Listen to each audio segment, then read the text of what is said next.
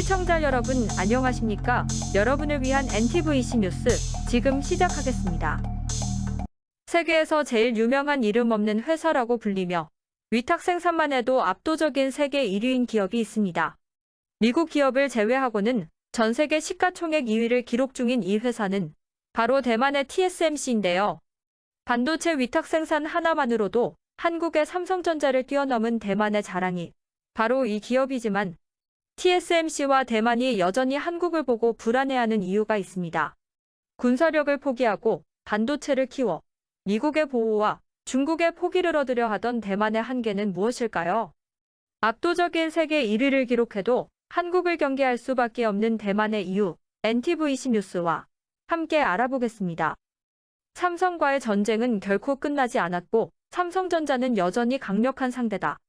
아주 잠깐 우리가 우세할 수 있지만 전투에서 두어 번 이긴 것일 뿐 전쟁에서 이긴 것은 아니다.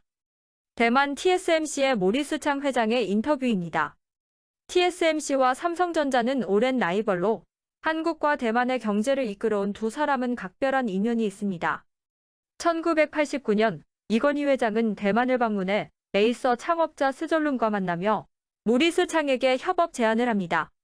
창 회장의 능력을 알아본 이건희 회장이 일찌감치 그에게 스카우트를 제안했던 것입니다. 이후 이건희 회장의 초대를 받아 한국을 방문해 삼성의 반도체 공장을 돌아본 모리스 창 회장은 여타 경쟁자들과 차원이 다른 한국의 반도체 경쟁력을 알아보고는 당시 삼성의 주력 사업인 메모리 사업을 포기하고 타 브랜드의 반도체 설계도를 받아 위탁 생산하는 파운드리에만 전념하기로 결심합니다.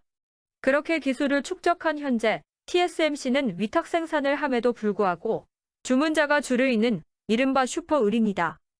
심지어 미국과 중국 모두 TSMC에 대한 반도체 의존도가 너무 높아 대만을 상대로 함부로 전쟁을 벌일 수 없다는 이른바 실리콘실드라는 전쟁 억제력 표현까지 이미 대만 정치권에서 인용되는 상황입니다. 하지만 이처럼 한국과의 운명을 틀어준 TSMC이지만 이상할 정도로 한국을 경계하는 중입니다. 지난 2021년 모리스 창 회장은 대만에서 열린 한 강연에서 여전한 경계심을 보였습니다. 중국도 미국도 아닌 한국의 삼성만이 TSMC의 유일한 경쟁자다. 일본 NEC, 도시바, 히타치와 같은 당시 반도체 강자들에게는 이건희 같은 인물이 없었다라며 삼성을 필두로 한 한국 기업들에 대해 여전한 조심성을 드러냈습니다. 최근 TSMC는 한국의 추격을 일찌감치 막겠다는 목적으로 과감한 투자를 단행했습니다. TSMC는 최근 확정된 타이난 공장 증설 외에도 올해 룽탄 과학단지에 미래 첨단 공정인 1나노 생산 공장, 신주, 중부 과학단지에 2나노 공장 건설을 추진 중이며 올 연말까지 착공하는 초미세 공정 라인만 11곳에 달합니다. 이 프로젝트는 그야말로 대만 전체를 하나의 거대한 생산기지로 만든다는 어마어마한 투자이자 결단입니다.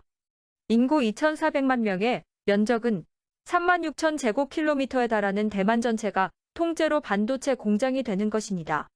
하지만 그런 뜨거운 열기도 잠시 미 군부에서 대만의 대대적인 투자 확대에 찬물을 끼얹는 발표가 나왔습니다.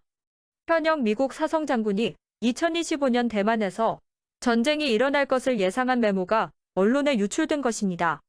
미국 MBC는 마이클 미니언 공군 공중기동 사령관이 휘하 지휘관들에게 보낸 메모 내용을 입수해 보도했습니다. 직감이 틀렸다면 좋겠지만 우리가 2025년 중국과 싸우게 될 것 같다며 전쟁 준비를 지시한 것입니다. 특히 해당 메모에는 2024년 미국과 대만 모두 국가 지도자 선거가 겹치는 혼란스러운 시기라며 이 혼란이 중국에 대만 침공의 계기를 제공하게 될 것이라는 구체적인 예상이 기록되어 있었습니다. 2024년 미국과 대만이 각각 대통령 총통 선거를 치르는 혼란스러운 과정에서 중국이 침략 준비를 마치고 그렇게 준비가 끝난 뒤인 2025년 중국이 대만 침략에 나설 것이라는 분석입니다. MBC 측의 보도에 따르면 이 메모는 공군기동사령부의 모든 비행단 및 작전사령관에게 하달되었는데요. 미 국방부는 미니언 사령관의 메모는 국방부의 공식적인 입장이 아니라고 부인했지만 지난해 윌리엄 번스 CIA 국장이 시 주석이 2027년이 지나기 전에 대만을 침공할 준비를 하라고 지시했다는 발언과 토니 블링컨 미 국무장관이 중국은 대만과의 통일 시간표를 훨씬 앞당기기로 했다는 발언 등 대만 국민들을 불안에 떨게 하기 충분한 발언들이 연이어 나오고 있습니다. 결과적으로 반도체를 통해 안보를 지키겠다는 대만의 전략이 틀렸다는 분석이 미국 고위층에서 퍼지고 있는 것입니다. 또한 대만 입장에서 미국 다음 가는 우방국인 일본의 최근 행보 역시 대만을 불안하게 하고 있습니다. 중국의 대만 침공을 대비 대만에서 자국민 12만 명을 대피시키는 도상훈련 일정이 공개됐기 때문입니다. 이처럼 전 국토의 반도체 공장화를 통해 미국의 비호를 받고 중국의 공격을 피하려 했던 대만의 계획은 급변하는 세계 정세 속에서 한치 앞을 내다볼 수 없는 혼란에 빠지기 직전입니다. 한편 미국에게 남은 카드는 결국 우리 대한민국이 될 것으로 보입니다. 미국의 입장에서 불안정한 대만 지역에 반도체를 계속 의존하느니 국산화를 시키는 게 가장 좋겠지만 비용과 기술 문제상 무작정 자국의 기업들에게 해당 수요를 해결하라고 할 수는 없는 상황입니다. 이에 따라 대만의 경쟁자인 한국이 삼성전자와 SK하이닉스 등을 내세워 이 수요를 흡수할 것으로 예상됩니다. 결국 이 모든 현상은 국방 대신 돈다발을 내민 중화민국 대만과 그 둘 모두 포기하지 않은 대한민국의 차이라고 할 수 있습니다. 지금까지 NTVC 뉴스였습니다. 시청해주셔서 감사합니다. 시청자분들의 댓글, 좋아요와 구독은 뉴스 제작에 큰 힘이 됩니다.